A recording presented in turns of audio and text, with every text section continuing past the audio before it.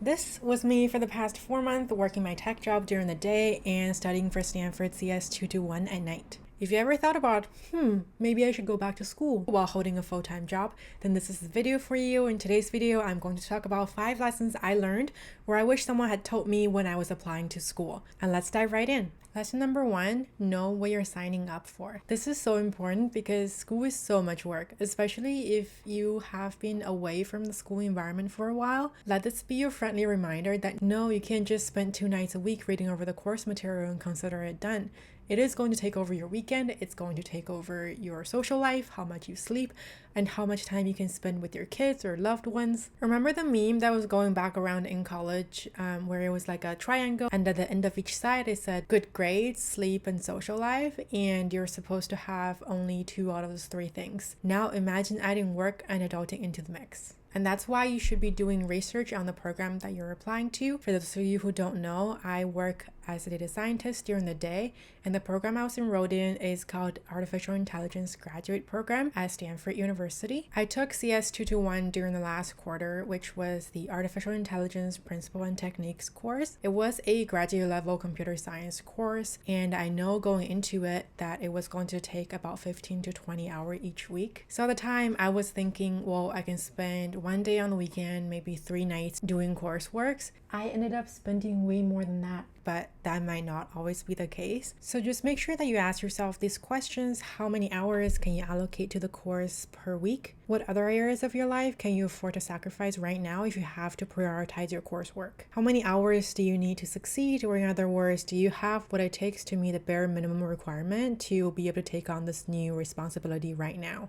And lastly, are you setting yourself up for success? Lesson number 2, know why you're doing this. Because now you know how much work it actually is. At the end of the day, it will be your personal goals and aspirations and dreams that will help you finish what you started. And for me, there was 3 reasons why I chose my program. In data science, a master or PhD degree is usually considered pretty important, especially if you want to go into research scientist positions. But that's not what I'm after. And since I already consider myself to have my foot in the door by working currently as data scientist in the industry, I don't think I need a master to advance in my career. What I did need was the extra knowledge to continuously upskilling myself. Because my undergrad was in human geography and statistics, working for a year and a half now, I realized I could really use some better engineering skills, which can be acquired through a formal computer science education. On top of that, I work very closely with research scientists on a day-to-day basis, and I wanted to better myself in the area of machine learning and AI and be more helpful in some of the conversations. Third reason for me was if I did decide to do a master down the road, because I'm getting a grades through a formal education, I can easily transfer the courses I'm taking right now to a future master degree, saving money and time down the road. So have an honest conversation with yourself, with your friends and family on why you're doing this. If your reason is because everybody else around you is doing this, or if it's solely because it will look good on your resume or LinkedIn, you might have a harder time finishing what you started and going through with it. Last but not least, when you're ready to apply, make sure that the outcome of the program aligns closely with what your goals are. Lesson number 3, plan ahead. Work can be unpredictable, but school is not. I highly recommend getting yourself to sit down at the beginning of a semester and write down all the deadlines and exam dates on your calendar, because those are usually scheduled and set in place. These tests and assignments usually make up such a big portion of your grades, it's really not worth it if you have one slip up,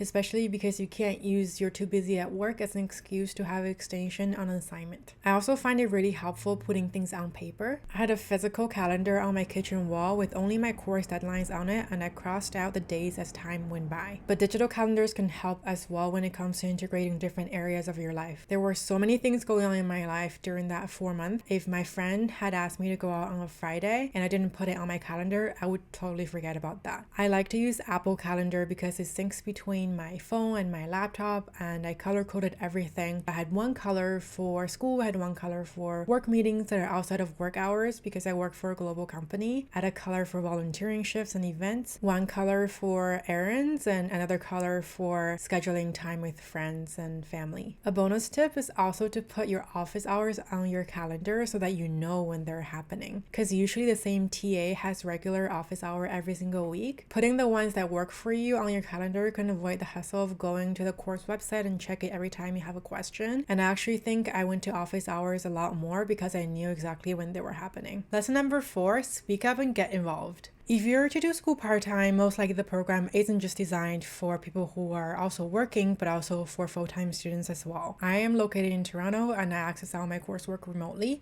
I used to think I must be the only person who A, works, and B, are not located in California, but I was wrong. I used the forum provided by the school to find a lot of other students who were exactly in the same boat as me. We had weekly Zoom study sessions and helped each other out with a lot of homework questions. It felt good to be able to share the same struggle with other people and also bonding over having to balance school and work and life all at the same time. At one point, we felt like there was little to no support for remote students by the course administrators. There were homework office hours for people who were in person every single day, but there were only one session per week for our online students, and the only session usually filled up pretty fast. For reference, there were 30 of us remote students and 300 of total students in class, but we all voiced our own concerns, and I was actually pretty surprised to see the adjustment of distribution of office hours pretty quickly. What I learned from this experience is that professors and TAs, they all want to see you succeed, and they'll do whatever they can to help you situated in the course, but they can't do that unless they know exactly what they're not doing enough of. So make sure you do speak up respectfully when you see potential areas of improvements for either you or future cohorts of students. Lesson number 5, schedule some joys in your life. It's going to get really busy, but don't let that stop you from doing the things that bring joys in your life. If you enjoy fitness, don't skip your workout just because you have a deadline. For sure, you can find 30 minutes to dedicate your time in the gym. And for me, that was volunteering at the shelter. The Humane Society is my happy place. I spent 2 hours twice a week where I go in, spend time with the cats and great visitors, match potential adopters. Even though that was 4 hours a week not studying, looking back, I'm really glad that I kept doing that because that brought so much joy in my life that offset the stress otherwise. Also, make sure that you're watching out for your physical and mental health. There are important warning signs that indicate you're experiencing burnout, such as if you find yourself drinking excessive amount of caffeine, if you lose interest in your jobs or studies, or if you find yourself easily irritable. Everybody in my class had 7 days of late days that we can use whenever we like, no questions asked.